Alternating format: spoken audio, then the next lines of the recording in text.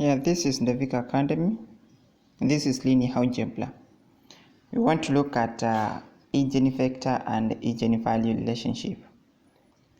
From the previous tutorial, we have looked at what are eigenvectors and what are the eigenvalues. Now I want to see how we can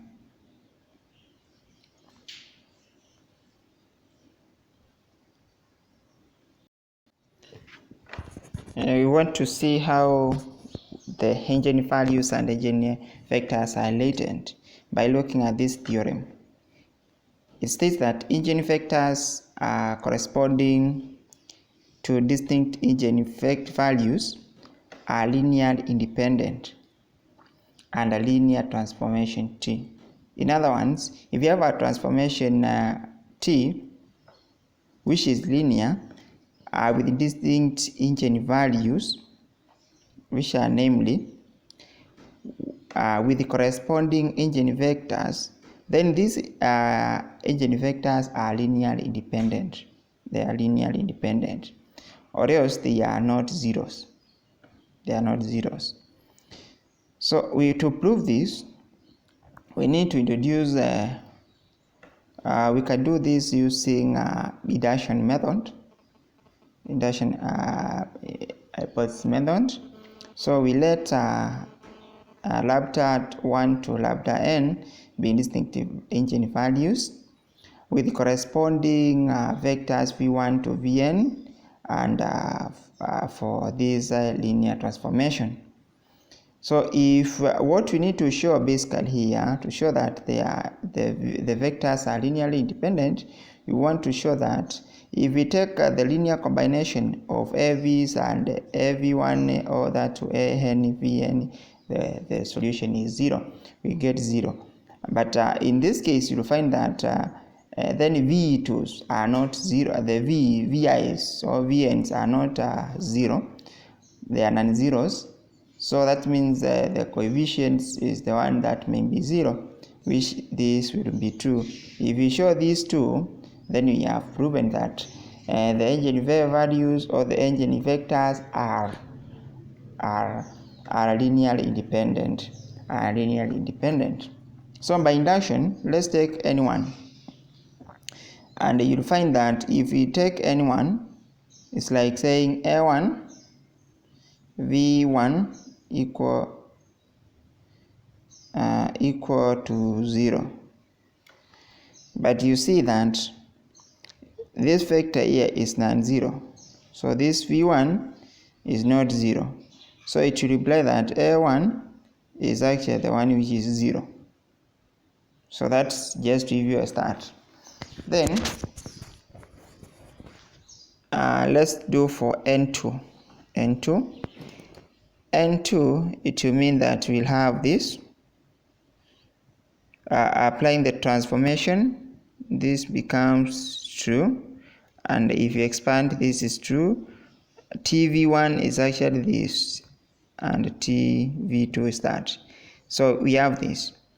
So we want to make equation 1 to look like equation 2.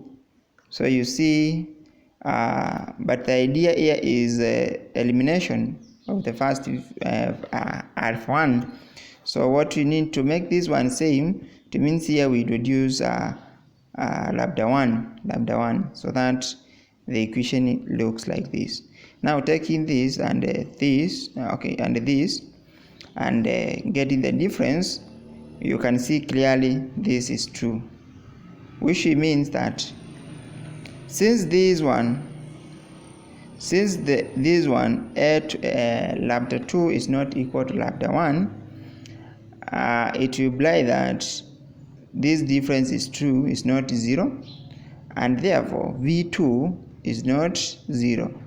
That means a2 is the one which will be, the coefficient is the one which is 0, and if you substitute back what we know from 1, you'll see that v1 is not 0 and a1 is equal to 0.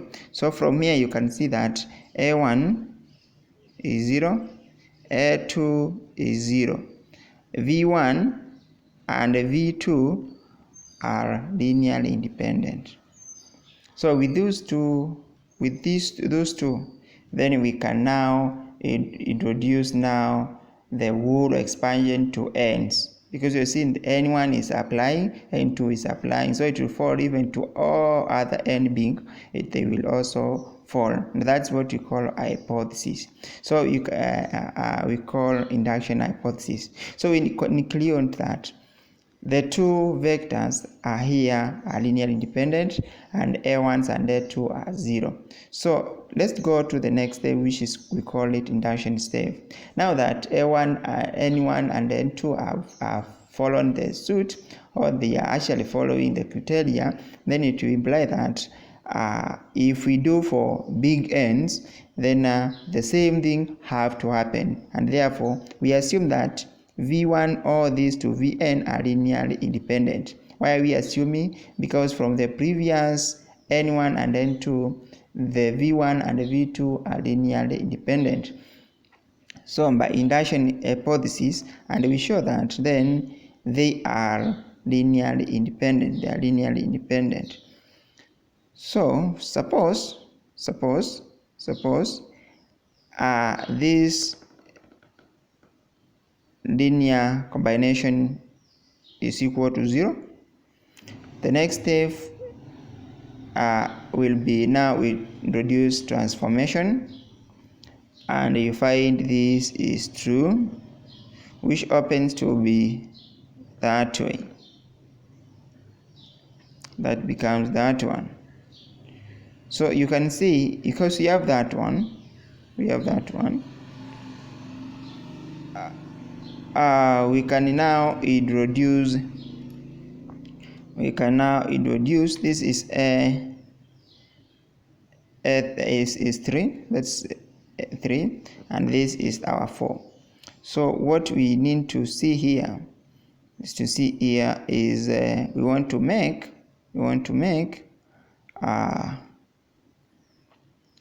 this, look at this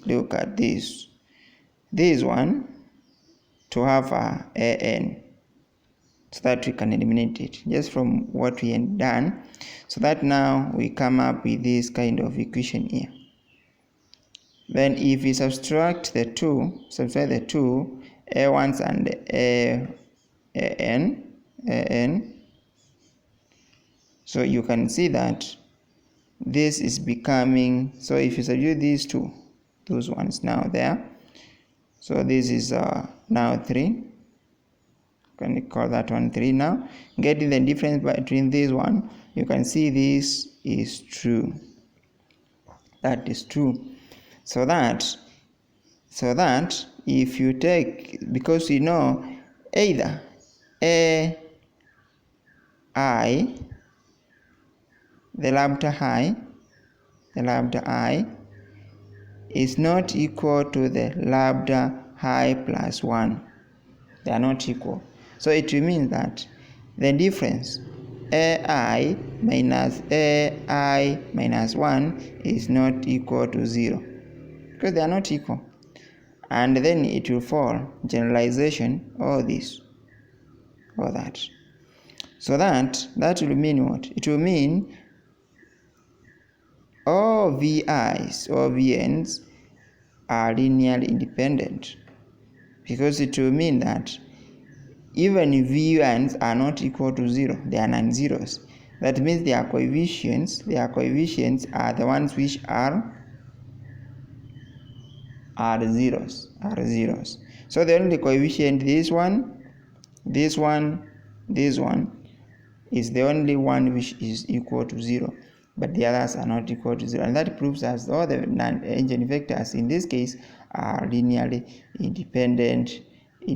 So as I have just said, that follows that, and so LIs are equal to 0 for ni to n minus 1, and if you substitute back, you can get the Vn which is still not equal to 0. It's not still equal to 0.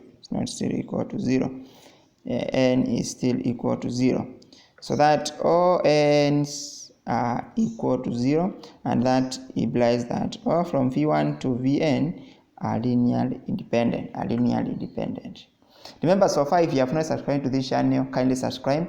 Remember also to share with your friends on these ideas and discuss them. If you have a question on how any question in linear algebra, just leave a comment and I will be able to reply. And you can also leave a comment, say something about this. That will be helpful. Okay. So far, if you have not done this, kindly subscribe and remember to share.